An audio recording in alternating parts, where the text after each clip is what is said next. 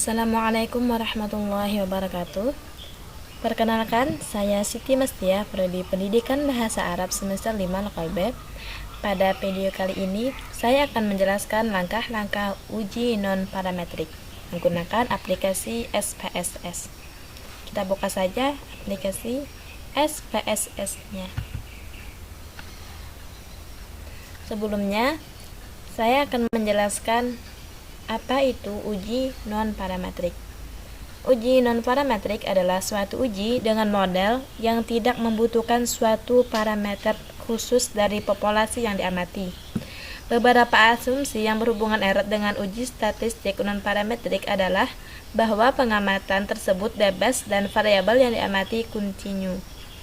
Tetapi asumsi yang dibuat adalah lebih lemah dan kurang teliti bila dibandingkan dengan uji parametrik.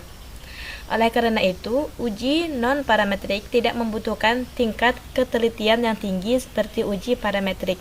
Biasanya, uji non-parametrik dipakai untuk menganalisis data dalam skala ordinal dan nominal.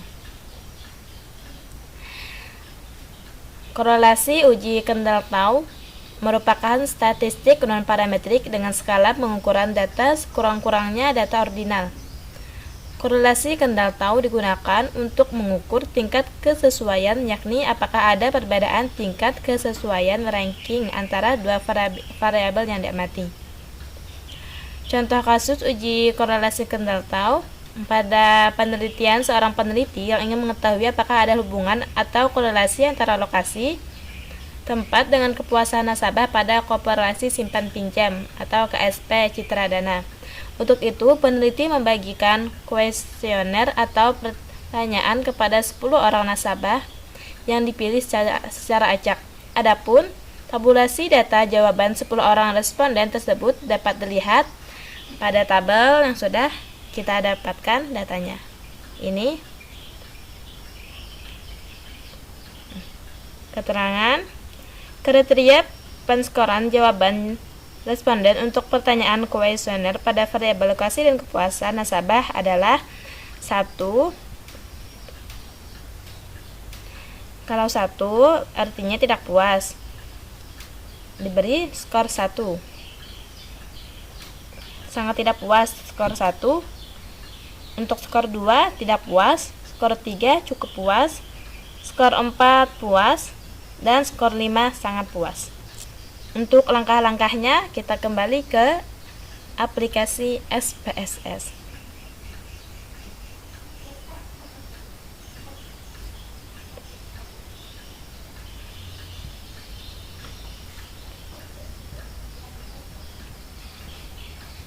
Cancel.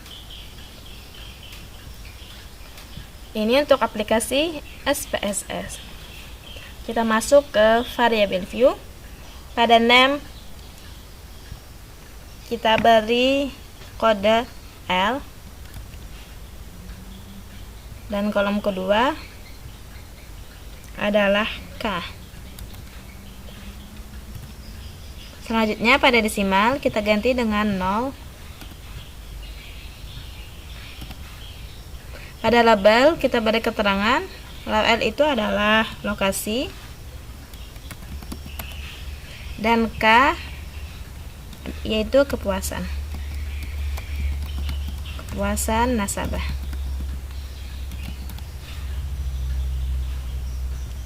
Selanjutnya pada measure kita ganti dengan ordinal. Nah, langsung kita masuk ke data view bagian bawah samping variable view. Kita akan isi dengan data yang sudah kita dapatkan tadi.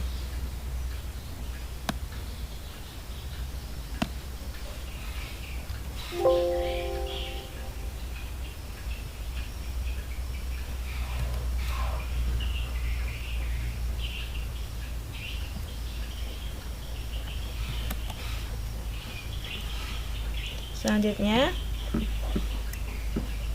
klik analyze. Kita cari correlate dan bivariate. Maka akan muncul dialog bivariate korelasi, kemudian Pindahkan variabel lokasi dan kepuasan ke kotak variabel.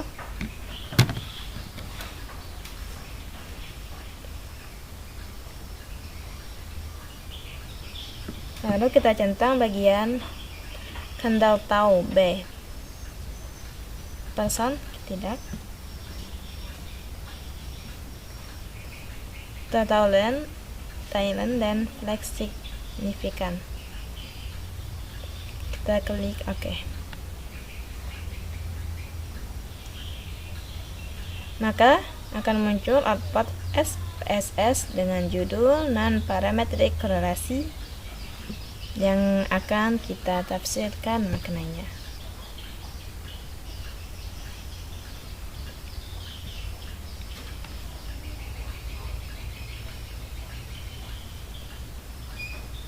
Nah, untuk melihat hubungan antara variabel berdasarkan nilai signifikan, berdasarkan output uji korelasi kendal tau B ini diketahui nilai signifikan atau sig to Thailand antara variabel lokasi dengan kepuasan nasabah adalah sebesar 0,013 lebih kecil dari 0,05, maka dapat disimpulkan bahwa ada hubungan yang signifikan atau nyata antara variabel lokasi dengan kepuasan nasabah. Catatan, jika nilai signifikan atau Thailand-nya lebih besar dari 0,05, maka artinya hubungan antara variabel tidak signifikan atau dengan kata lain tidak ada hubungan antar variabel.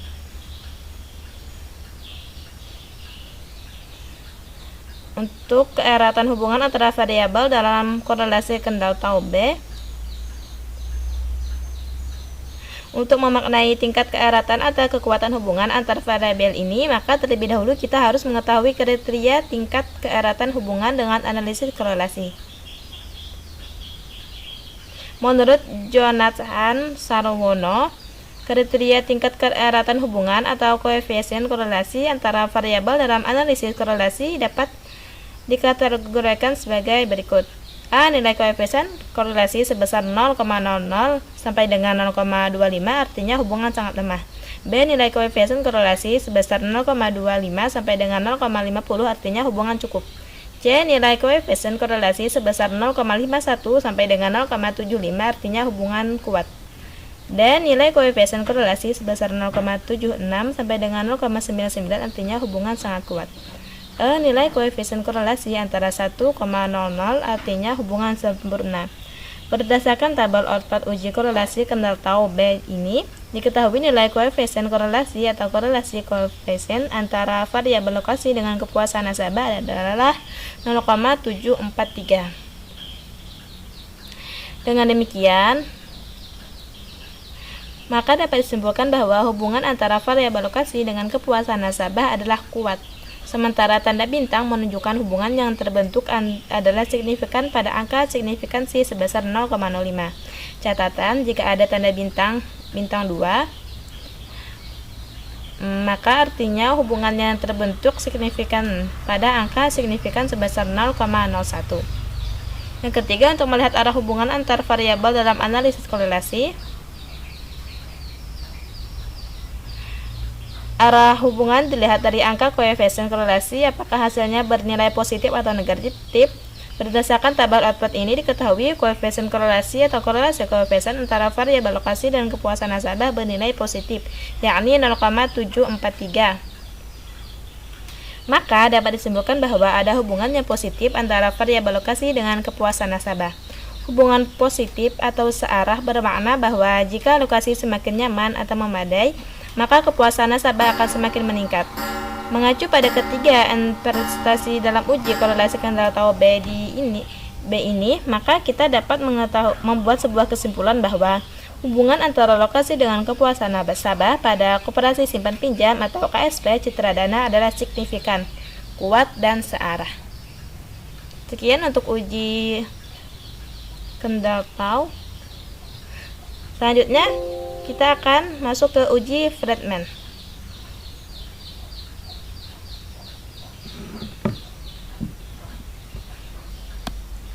Ini kita hapus saja. Uji Friedman adalah uji non-parametrik yang digunakan untuk membandingkan 3 atau lebih sampel-sampel yang berhubungan. Tujuan melakukan uji Friedman ini untuk membandingkan median atau lebih populasi dengan menggunakan sampel-sampel yang berhubungan. Dengan syarat satu, terdapat 3 perlakuan atau lebih yang dilakukan pada suatu grup. Dan yang kedua, data sampel merupakan sampel-sampel acak sederhana. Kita masuk ke contoh kasus uji Friedman pada penelitian. Seorang mahasiswa jurusan gizi ingin mengetahui apakah susu bubuk merek Subur Gemuk benar-benar dapat meningkatkan berat badan seseorang dalam kurun waktu tertentu. Guna keperluan meneliti, maka 15 orang yang hendak melakukan program peningkatan berat badan ditimbang untuk mengetahui berat badan awal. Kemudian 15 orang tersebut diberi minum susu bubuk merek Subur Gemuk, lalu ditimbang kembali berat badannya setelah seminggu minum, berat badan sebulan setelah minum, dan berat badan setahun setelah minum. Adapun data berat badan ke 15 orang tersebut sudah kita dapatkan, yang akan kita masukkan ke hitungan ini. Nah, langsung saja kita ke langkah-langkah uji Friedman. Kita masuk ke variable view. Untuk variable view pada bagian name, kita beri label, kita beri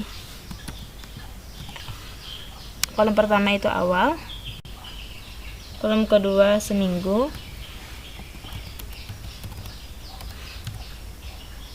kolom ketiga sebulan,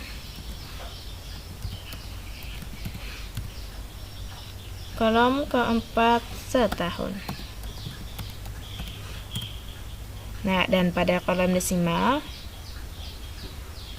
kita ganti dengan angka 1.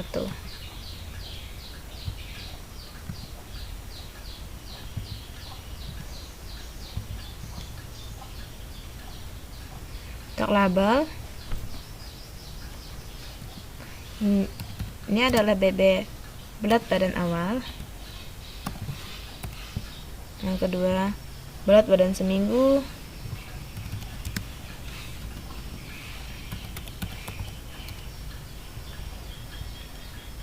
Berat badan sebulan.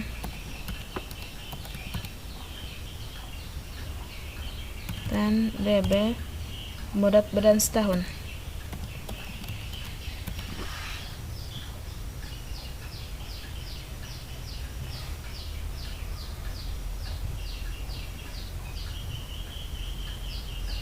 Satu ini karena ada angka 1 di belakang koma, ada 1 angka. Dan auto measure kita ganti dengan skala.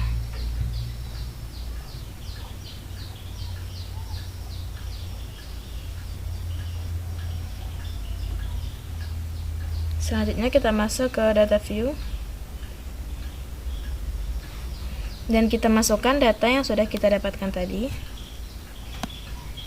awal seminggu, sebulan, dan setahun.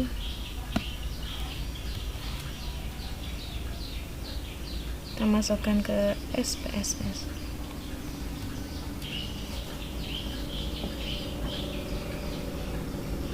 Selanjutnya kita masuk ke analyze. Kita cari general linear model. Kita pilih repeated measure. Maka muncul dialog repeat measure default factor pada bagian pin subject factor name.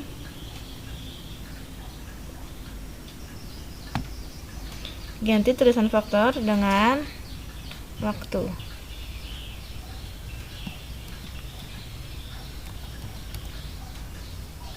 Dan nomornya 4.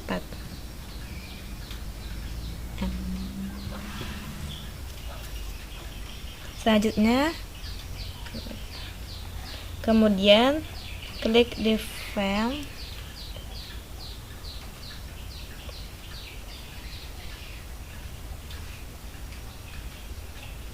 Pindahkan semua ini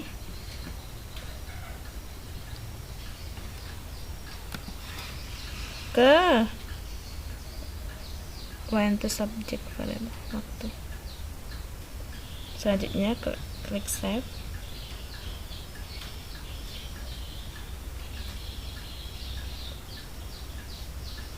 Muncul kotak dialog baru.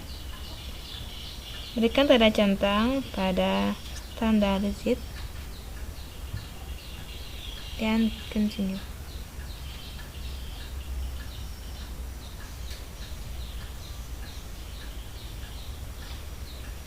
Lalu kita oke. Nah, abaikan output SPSS yang keluar. Selanjutnya buka data view. Kita abaikan ini.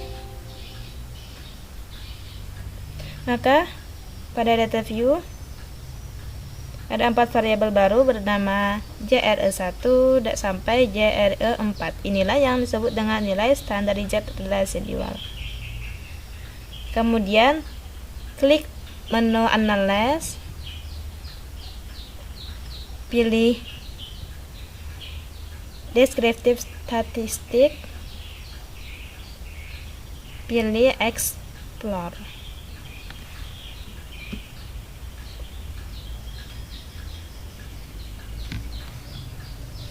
Standardized kita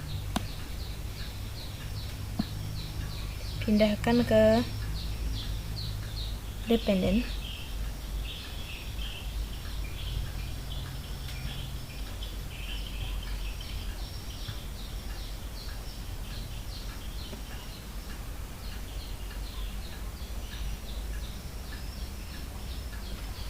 Lalu klik plot.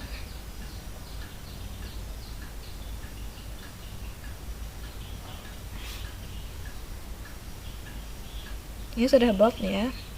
Klik plot. Muncul dialog Explorer plot, lalu beri tanda centang pada normality plot with length factor. Normality plot span. Dan continue. Selanjutnya kita oke. Maka akan muncul output SPSS. Kan kita tunggu dulu sebentar. Cukup perhatikan output pada tabel test of normality.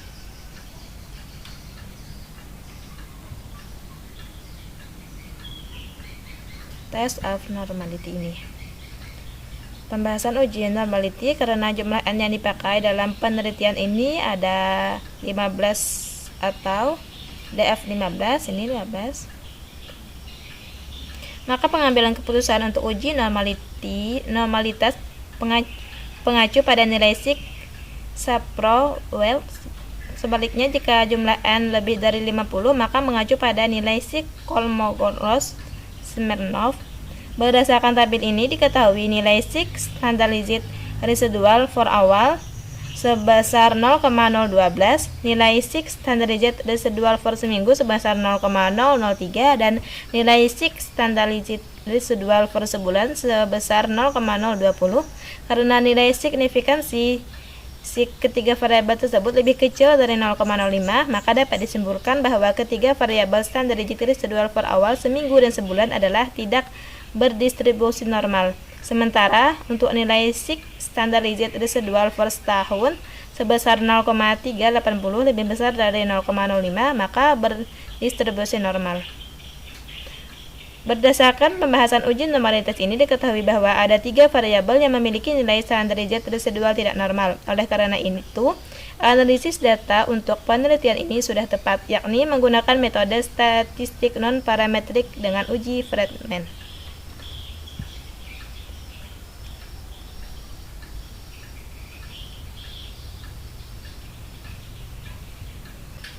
Selanjutnya kita akan masuk ke uji Fulkerson.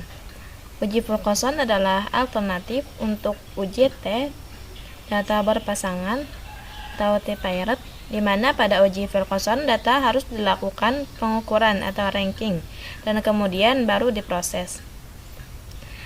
Hal ini berbeda dengan data pada uji T-Paired yang bisa langsung diproses karena tipe data uji T-Paired yang interval atau rasio.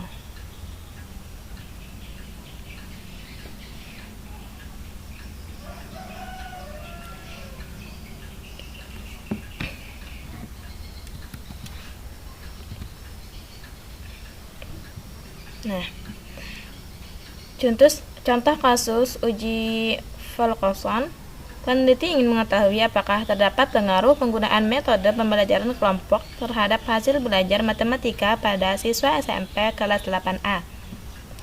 Untuk kebutuhan data, peneliti melakukan penelitian atas hasil belajar siswa sebelum atau pretest dan sesudah atau posttest. Metode pembelajaran kelompok diterapkan di kelas. Kita akan hitung. Ini kita hapus dulu tadi. Masuk ke variable view. Kita masukkan pada bagian name adalah print.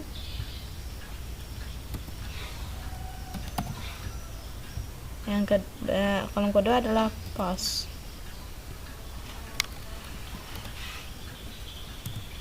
Selanjutnya pada decimal kita ganti dengan 0.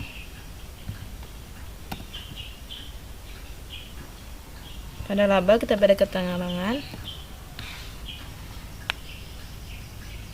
itu pretest sebelum dilakukannya tes dan post test.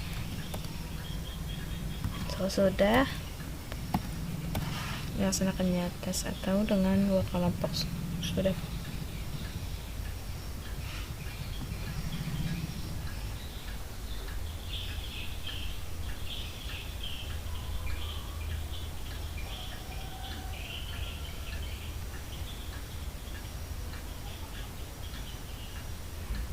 Pada algi pilih skala, measure pilih skala,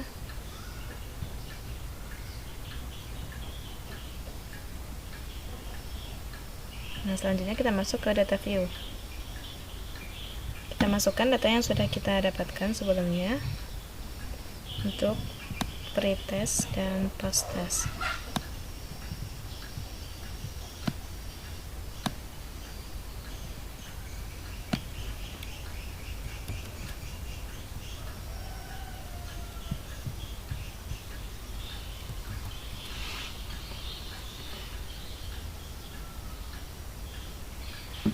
Nah, selanjutnya klik analyze.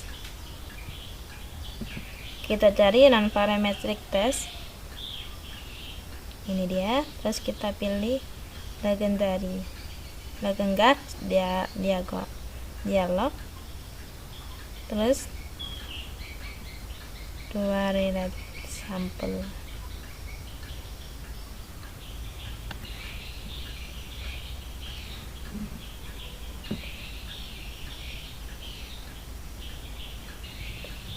Kita pindahkan pretest dan post-testnya. Pilih Wilcoxon. Selanjutnya oke. Maka akan muncul output Wilcoxon Signic Rank Thanks. Oke, baik.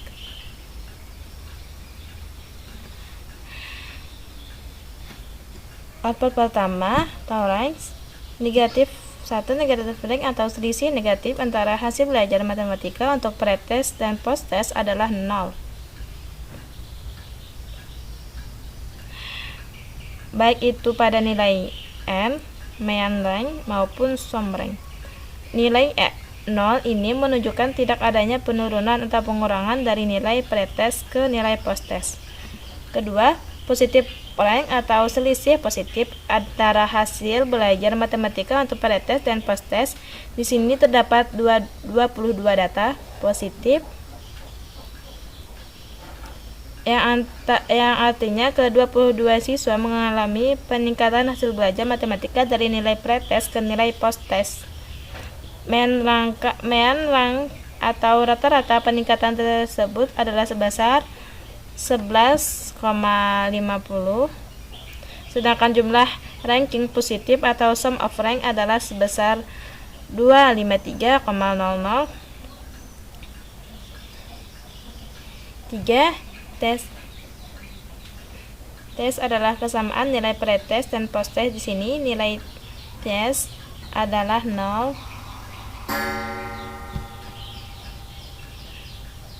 sehingga dapat dikatakan bahwa tidak ada nilai yang sama antara pretest dan posttest. Dalam uji hipotesis, kita menggunakan output SPSS yang kedua, yakni output tes statistik. Namun sebelum kita masuk pada analisis terhadap hasil output di sini, maka terlebih dahulu perlu kita ketahui dasar pengambilan keputusan yang digunakan dalam uji Ferguson untuk kita jadikan pegangan atau pedoman.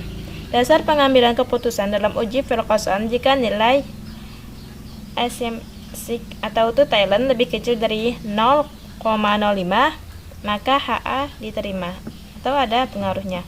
Sebaliknya, jika nilai Thailandnya lebih besar dari 0,05, maka HA ditolak.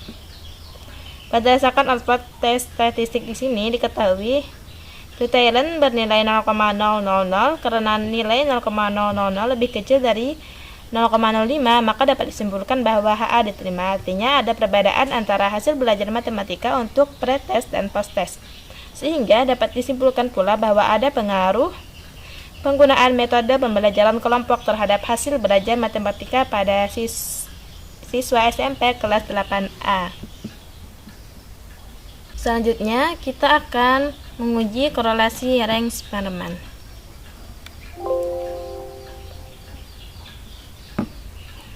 Analisis korelasi rank Spearman dapat digunakan untuk menguji hubungan antara variabel penelitian pada statistik non-parametrik atau skala ordinal, nilai koefisien, dan kriteria keeratan hubungan dua variabel yang dipakai dalam analisis ini sama dengan yang digunakan dalam korelasi Pearson. Hanya saja dalam korelasi rank Spearman awalnya akan melakukan peningkatan atau ranking terhadap data yang ada, kemudian baru melakukan uji korelasi.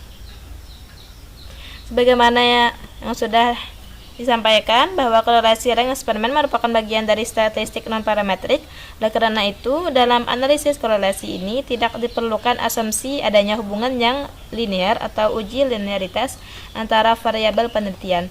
Jika data penelitian menggunakan skala Likert, maka jarak yang digunakan harus sama dan data penelitian tidak harus berdistribusi normal atau uji normalitas. Langsung saja kita ke langkah-langkah analisis korelasi rank Spearman. Ini untuk yang tadi kita hapus saja.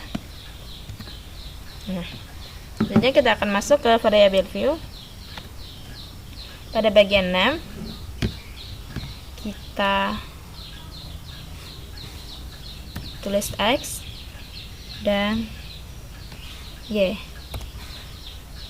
Selanjutnya pada desimal kita ganti. Selanjutnya pada label kita akan beri keterangan untuk X yaitu kualitas produk, dan untuk Y yaitu kepuasan konsumen.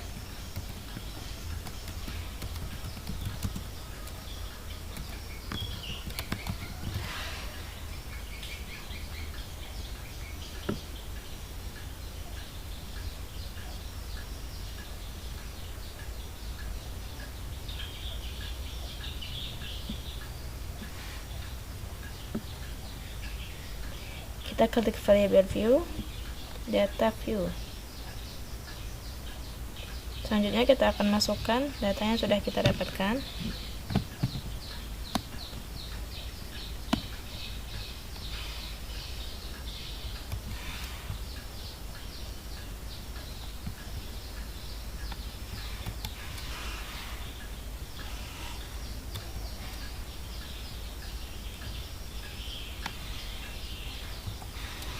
Nah, selanjutnya kita klik analyze,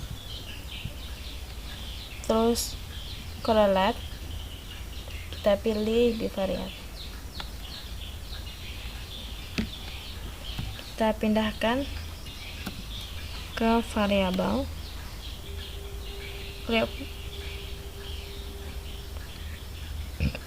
kita pilih Sparman, Thailand dan flex correlate. Lalu kita klik apply on. Pada bagian sini exclude cases bias. Lalu continue. Selanjutnya kita oke.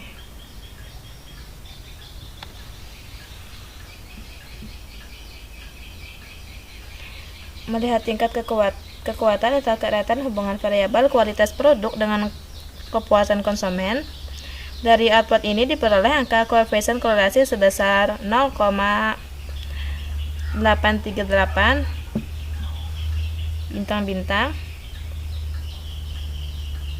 Artinya tingkat kekuatan hubungan atau korelasi antara variabel kualitas produk dengan kepuasan konsumen adalah sebesar 0,838 atau sangat kuat. Tanda bintang 2 artinya korelasi bernilai signifikan pada angka signifikansi sebesar 0,01. Melihat arah atau jenis hubungan variabel kualitas produk dengan kepuasan konsumen, angka koefisien korelasi pada hasil di sini bernilai positif, yaitu 0,838, sehingga hubungan kedua variabel tersebut bersifat searah atau jenis hubungan searah. Dengan demikian dapat diartikan bahwa kualitas semakin ditingkatkan kualitas produk, maka kepuasan konsumen juga akan meningkat. Melihat signifikansi hubungan kedua variabel, berdasarkan output ini diketahui nilai signifikansi atau stick to Thailand sebesar 0,002 karena nilai stick to Thailand 0,002 lebih kecil dari 0,05 atau 0,01, maka artinya ada hubungan yang signifikan atau berarti antara variabel kualitas produk dengan kepuasan konsumen. Mungkin itu saja dari saya untuk uji non-parametrik. Mohon maaf atas segala kekurangannya. Salah khilaf. Mohon maaf, semoga bermanfaat. Wassalamualaikum warahmatullahi wabarakatuh.